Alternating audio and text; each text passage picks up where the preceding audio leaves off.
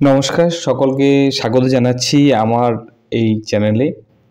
যারা স্বামী বিবেকানন্দ স্কলারশিপ করেছেন এবং কোনো একটা মিস্টেক করে ফেলেছেন রেজিস্ট্রেশন করার সময় অথবা আদার কোনো পার্টে, যেখানে কোনো মতেই সেটা এডিট করা যাচ্ছে না বা কলেজ কর্তৃপক্ষ বা স্কুল কর্তৃপক্ষের কাছ থেকে কোনো রকম কোনো সহায়তা হচ্ছে না। এইভাবে আপনি অনেক টেনশনে আছেন, সেই টেনশন দূর করার জন্য এই ভিডিওটা অবশ্যই দেখুন। এই ভিডিওতে আপনাদের সমস্যার সমাধান কিভাবে করতে হবে সেটা আপনি জানিয়ে দেব, আর ভুলগুলো আছে সেটা ঠিক করে আপনি কিভাবে নতুন করে আবেদন করতে পারবেন সেটাও আমি বলে দেব। তো দেখুন, ভুল সাধারণ মানুষ মাত্রই হয়, অনেকজনের ভুল হয়ে থাকে। কারো হয়তো নামের বা ব্যাংকের অ্যাকাউন্ট এই বিভিন্ন রকম ভুল হতে পারে। সেই ভুলগুলো সংশোধন করার জন্য স্বামী বিবেকানন্দ স্কলারশিপের একটা সুযোগ দেওয়া হয়েছে।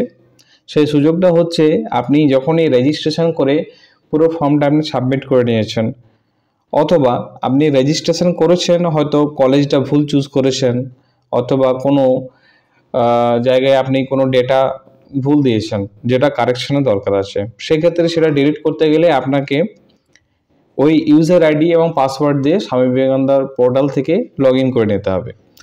লগ ইন করে নেওয়ার পর এই ধরনের একটা ড্যাশবোর্ড আপনি দেখতে পাবেন।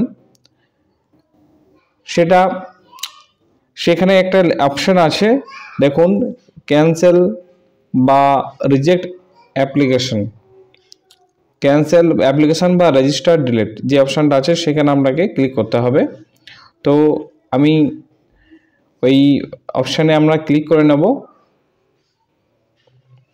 এখানে ধরুন ক্যান্সেল, যখন এই অ্যাপ্লিকেশানটাতে বোর্ডটা ভুল আছে, তাই এই বোর্ডটা এই অ্যাপ্লিকেশানটা আমি ডিলিট করতে চাইছি, সেক্ষেত্রে আমাকে ক্যান্সেল অ্যাপ্লিকেশান অপশানে আপনার ক্লিক করতে হবে। যখন আমি ক্লিক করব, ক্লিক করার পর এই ধরনের একটা ড্যাশবোর্ড আসবে। সেখানে বলা হচ্ছে যে আফটার ক্যান্সেলেশন, আপনি যদি ক্যান্সেল করেন আপনার ডেটা সমস্ত চলে যাবে, যেটা স্বাভাবিক সেটা সব চলে যাবে, এবং নতুন করে আপনাকে আবার as a fresh candidate apply করতে হবে। আপনি কি সেটা চাইছেন, ইয়েস অথবা নো? আমি ইয়েস, হ্যাঁ আমি ডিলিট করতে চাই, ইয়েস করলাম। ইয়েস করার পর একটা বক্স খুলে গেল, সেখানে দেখা আছে রিজন ফর ক্যান্সেলেশন, কি কারণে আপনি এটা অ্যাপ্লিকেশানটা ক্যান্সেল করছেন, সেখানে কারণটা লিখতে হবে। আমি লিখে নিচ্ছি। আমি এখানে লিখলাম wrong ITI board selected for this application. আপনার ইচ্ছে মতো আপনি লিখে দেবেন। কারণ কি, এই যে ক্যান্ডিডেটটা আছে সে আইটিআই 2 বছর কোর্স করছে, তারপর সে ভকলেট এক্সাম দিয়ে সেকেন্ড ইয়ারে অ্যাডমিশন নিয়েছে, অর্থাৎ লেটারাল এন্ট্রি নিয়েছে। কিন্তু এখানে ভুল যেটা হয়েছিল সেটা বোর্ড সিলেক্ট করার ক্ষেত্রে হয়েছিল, ভোকেশনাল বোর্ডটা লেখা হয়েছিল, যেটা হতো না।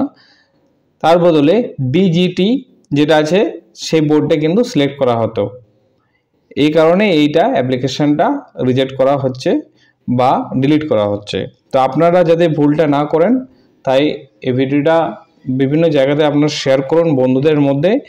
যারা আইটিআই করেছেন অবশ্যই ডিজিটি এইটা আপনি সিলেক্ট করবেন, যারা ভোকেশনাল নিয়ে পড়েছে তারা ভোকেশনাল যে বোর্ডটা আছে সেটা সিলেক্ট করবেন।